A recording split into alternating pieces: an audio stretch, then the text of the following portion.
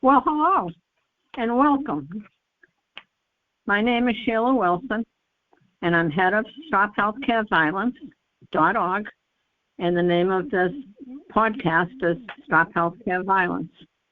Today, my guest is Holly Brown. She is the executive director of her nonprofit that is called Looking and Feeling Fab. After receiving treatments for a medical issue that caused havoc with her skin, she decided to learn how to become an esthetician. I will let Holly tell you the rest of her story. Welcome, Holly. How are you today? Thank you. Good. Thank you for having me. Oh, you're quite welcome. It's a pleasure. Thank you for coming. So I think your whole story is unbelievable. You were ill, and you ended up. Did you have the nonprofit ahead of time, or what is your nonprofit about? Yep. So I actually have multiple sclerosis. I've had it for 23 years. I'm also insulin pump diabetic, and I decided to go to aesthetic school because I was working with my friend in a spa, and she needed to hire somebody, but she said to me, I wish I could find somebody as much as I trust you. And so my wheels started turning, so I ended up going to aesthetic school, which I loved. And in aesthetic school, I found out that I had sarcoidosis, which is a disease of the lymph nodes and the lungs. So because of the two autoimmune diseases that I had, the doctors felt that the best form of treatment was chemotherapy. So I had graduated from aesthetic school, and I started taking infusions of Rituxan, and I developed a really bad rash. And when I went to my doctors and told them about it, they kind of looked around quizzically and then said to me, "Oh, wait, didn't you just become an esthetician?" And I said, "Yeah." And they said, "Oh, good, you must have something that you can use to help clear it up." And I thought, you got to be kidding me.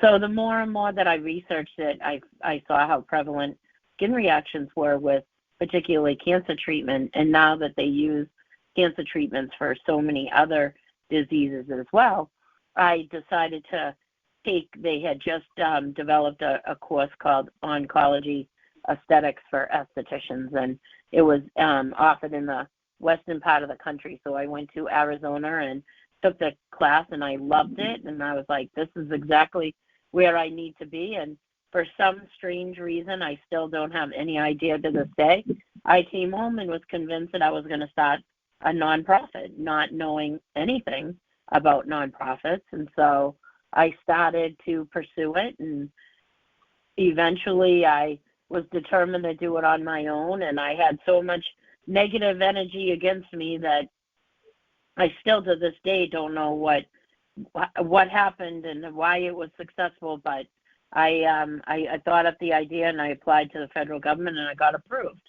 And so then I said, "Oh, now I really don't know what to do." So I took a couple of courses, and it's just been a learning experience since the start. So now now we're pretty stable and finally at a point where it's not as hard of work as it was or it has been, but we're lucky and fortunate to be more well known today and have a lot more support. Well, what is it that you do, Holly, with your nonprofit? So we specialize in treating skin conditions that result from cancer treatment. So rashes and hives from chemotherapy, burns from radiation, scars and skin grafts from surgery, also any reactions that occur from immuno and targeted therapies. And so we have become experts in treating those different issues and offering people relief. We also offer therapeutic massage, and we do have a manual lymphatic drainage specialist on staff that actually 2 practitioners do manual lymphatic drainage, which is huge when somebody's had lymph nodes removed going through cancer treatment. Now, what got you involved in that? Was there something special, or Well, how, just how did that, you get? just that I had my own skin reactions, and the more that I researched it, I found how, prevalent skin reactions were with cancer treatment, so that kind of fueled my passion.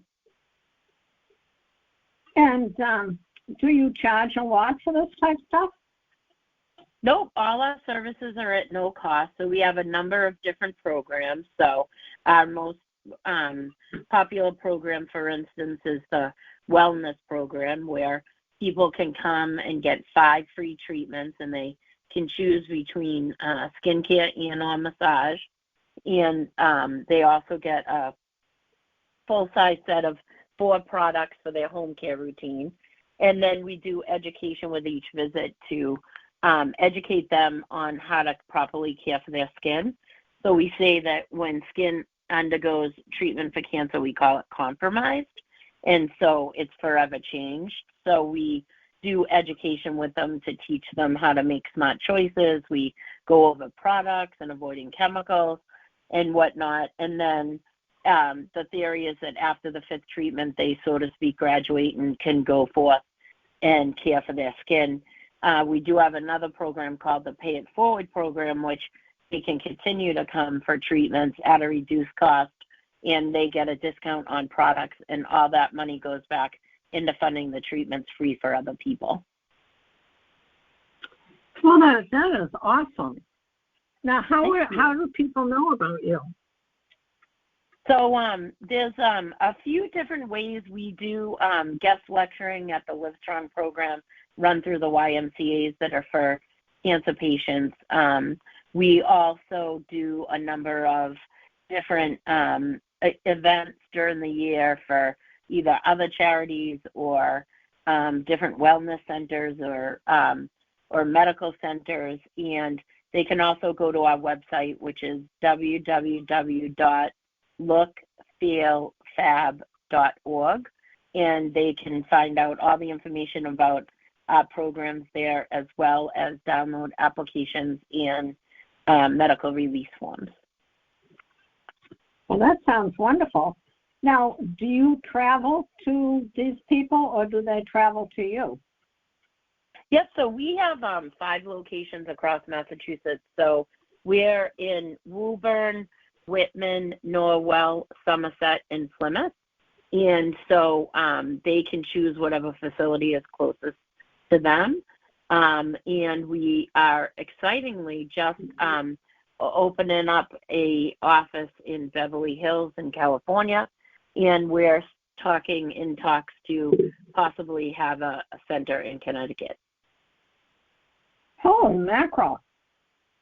Now, this is all through a nonprofit that you did yourself? That's correct. And now, how did you, I heard you say that you went to school and everything, but how did you do that on your own? What even made you do a nonprofit? I have no idea. I've always been the type of person that you put your mind to something and you do it. And I bought a big book about how to start a nonprofit, and I met a few helpful people along the way, and I wrote the paperwork, and, everybody was convinced that I was crazy and that I'd never get approved. And then I got the approval, and I said to my husband, he said, "You don't look happy. What's the matter?" And I said, "Well, I really don't know what I'm supposed to do now." So I ended up taking an online course and just kind of tried to figure things out.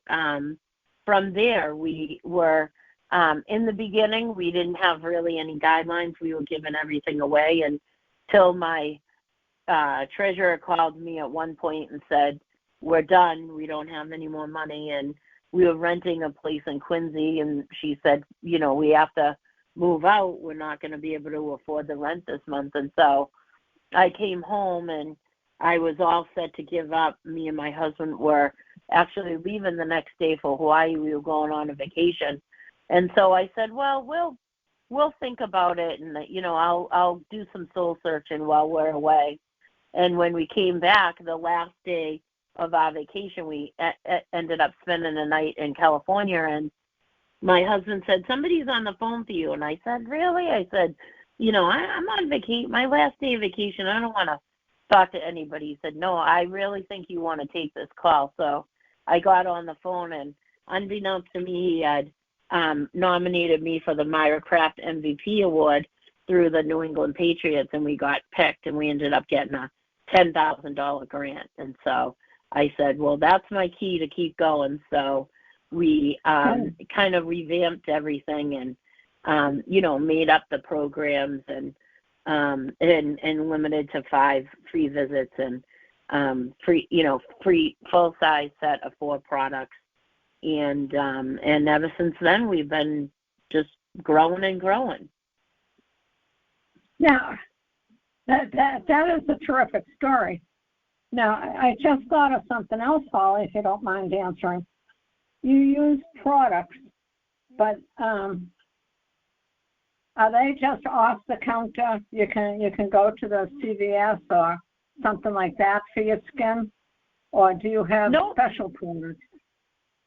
Yes, so we have products that are only sold to professionals. Then each company that we work with is vetted by the charity, so that means that they are responsible for supporting the charity and particularly aligning with our mission. They also donate a portion of products monthly and supply us with samples and whatnot, and they really become a partner of ours. And so we, usually I have a direct relationship with the owner of the company, and we, work out things together. But all the skincare companies that we work with 3 in particular, and they are all very, very supportive, and they always go above and beyond for the charity. That is awesome. Can you name any of them, or is that something that you prefer not to do? No, that's fine. So we use Hail and Hush, which is a product line out of Arizona, and they were originally formulated under a different name of Techniche, and they were formulated for people who were going through treatment. They now since have rebranded under the Hail and Hush name, and they have other products, but they do specialize in sensitive skin. The other product line that we use is called Analatan, which is based out of Israel. The U.S. distributor is in Massachusetts, and they have a brand new line called the Rosie's line, where we actually worked with the chemist to formulate the products by listing ingredients that we preferred and that we did not want in products for cancer patients. So we were fortunate enough to collaborate with them on that. And then the third company we work with is called Neogenesis, and they are located in California. They formulate products using molecules from donated stem cells, and they have a research doctor who is on staff with them, and he actually took some of our case studies in preventing radiation burn and made us co-author on an actual scientific study that has been peer-reviewed and published in the dermatological journals of how we've been able to prevent people from burning from radiation, which is huge because they did a study and say that 85% of people who undergo radiation end up with a moderate to severe burn. So we've been working to lower that statistic. That must make you feel like $1 million. It sure does. It sure does. It does a lot for me as well as for the people that we help. This has become my life's mission, and I am very proud to be a part of it, and I'm very blessed to have the people around me that I have that have, that do work for me and that, help to elevate the charity to the stage that it's at. And so I would never be able to do it by myself. And so I'm very fortunate for the people that I have who work alongside me. That's the truth, isn't it? You need good people. Now, You do. saying that, I in the beginning I said you were the executive director. Now that to me means that you're like the boss. So what does that mean? What are you have people to help you, but what is the mission? Or I shouldn't say mission, but what is the role? What do you do as an executive director of a nonprofit? Sure. Yeah, so it is kind of the boss. I don't like that title because I feel like I don't know everything there is to know, and so I'm constantly, reaching out to the girls, the practitioners, and asking them their opinions and what we should do and what we think. But basically, the executive director just runs the day-to-day operations. So just kind of oversees everything and makes sure that everything that should be happening is happening.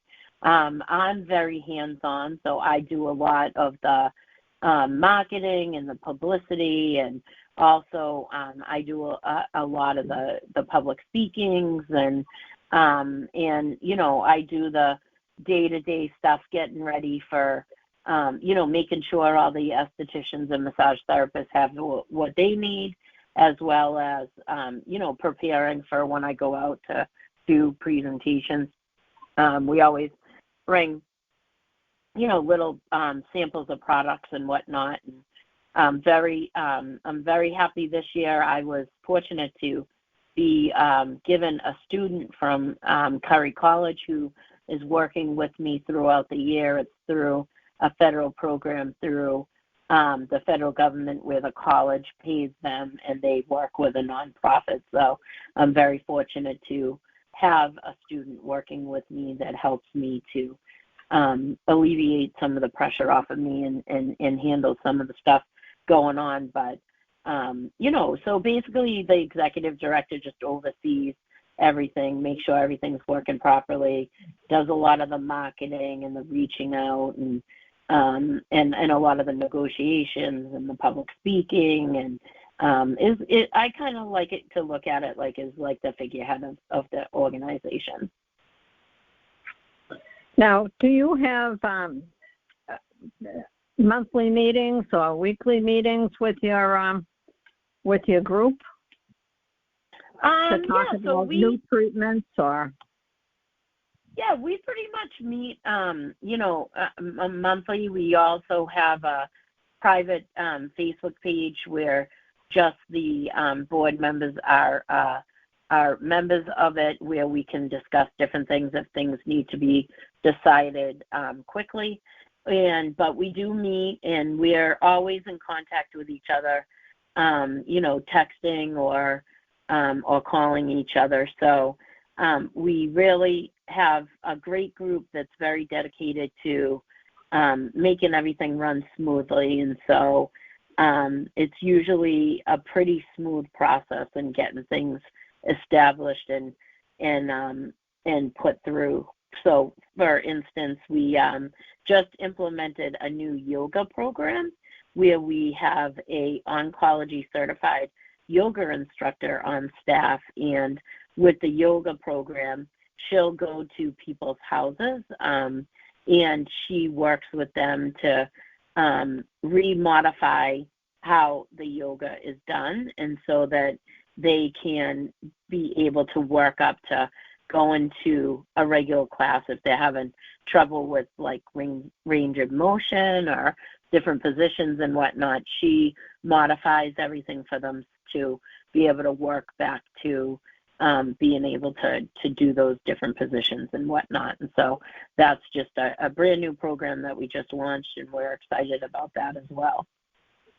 Well, how did yoga get involved with skincare? I understand the whole concept, but what was the thought behind all that? Yep. So we, it's more than just skincare. We offer more. It's more of a wellness approach, and we use a whole body approach to our treatments. And so, somebody might be having a skincare treatment, somebody may be having a massage or manual lymphatic drainage, and so we felt that yoga fits right in with that. We also have another practitioner who is going to start school in January who will be going through a holistic modalities course, and so she'll be learning about, about the singing and about meditation and about the sound bowls and all the other stuff. So we Reiki, and so we hope to implement that as well as we continue to grow and just have more modalities to offer people through our charity. That is absolutely terrific. Thank you. When you first said that, you didn't. Once you got the nonprofit, then you didn't know what to do. But then it came back to your skin, and now look how far you've gone. Yeah. I mean, in where you think. I mean, you've got a lot of people behind you. The one out in California, and the other places you mentioned, and now you're going to have more modalities. I mean, this is awesome. So how do you advertise? How do you advertise so the people, you have hospitals on your list, or? Yep, we do work with a few hospitals, and we work with the social workers in a few hospitals that know of us. We also, a lot of it is word of mouth. Plus the centers that we're in, the wellness centers, a lot of them advertise for us. Our skincare companies advertise for us. We also have our own social media person that does a lot of our social media, and we send out emails, and so we don't do a lot of heavy advertising, but we do some advertising when we're having a fundraiser or whatever. But majority of it's through word of mouth, and then medical centers finding out about us, whether they have a client who had a success story or another nonprofit that supports us that we've worked in conjunction with. So basically, that's how we kind of advertise. You just said something about one of your patients, getting really good, and that's not exactly what you said, but in my head was thinking, do you have these clients write and then you post it on your website? Do you have someone? We do. We have a number of testimonials on our website. The other important factor that in what we're doing that speaks volumes is pictures, and so we have a lot of before and afters on our site as well. When somebody can actually see what we're able to do and how we're able to change things, it speaks volumes. So we do have pictures before and afters on our website, as well as testimonials from clients that have taken our services. Well, Holly, I think this is absolutely fantastic. And is there anything else you would like to say? No, just we're always looking for supporters and donors, and that want to become part of a growing grassroots nonprofit. They can visit our website. Again, the website is www.lookfeelfab.org. My email is holly@lookfeelfab.org. That's HOLLY. And they can get in touch with us. We're also on Facebook, and we're on Twitter and Instagram. So feel free to connect with us through those. If they like us on Facebook, we always post our events and different things going on with the charity. Well, that sounds great. Well, thank you so much for coming on Stop Healthcare Violence podcast, and I will talk to you later. All right. Thank you so much for having me, and thank you for all the great work that you're doing. And all the success that you've had, and we just need to keep plugging along. Yes. Well, have a great day.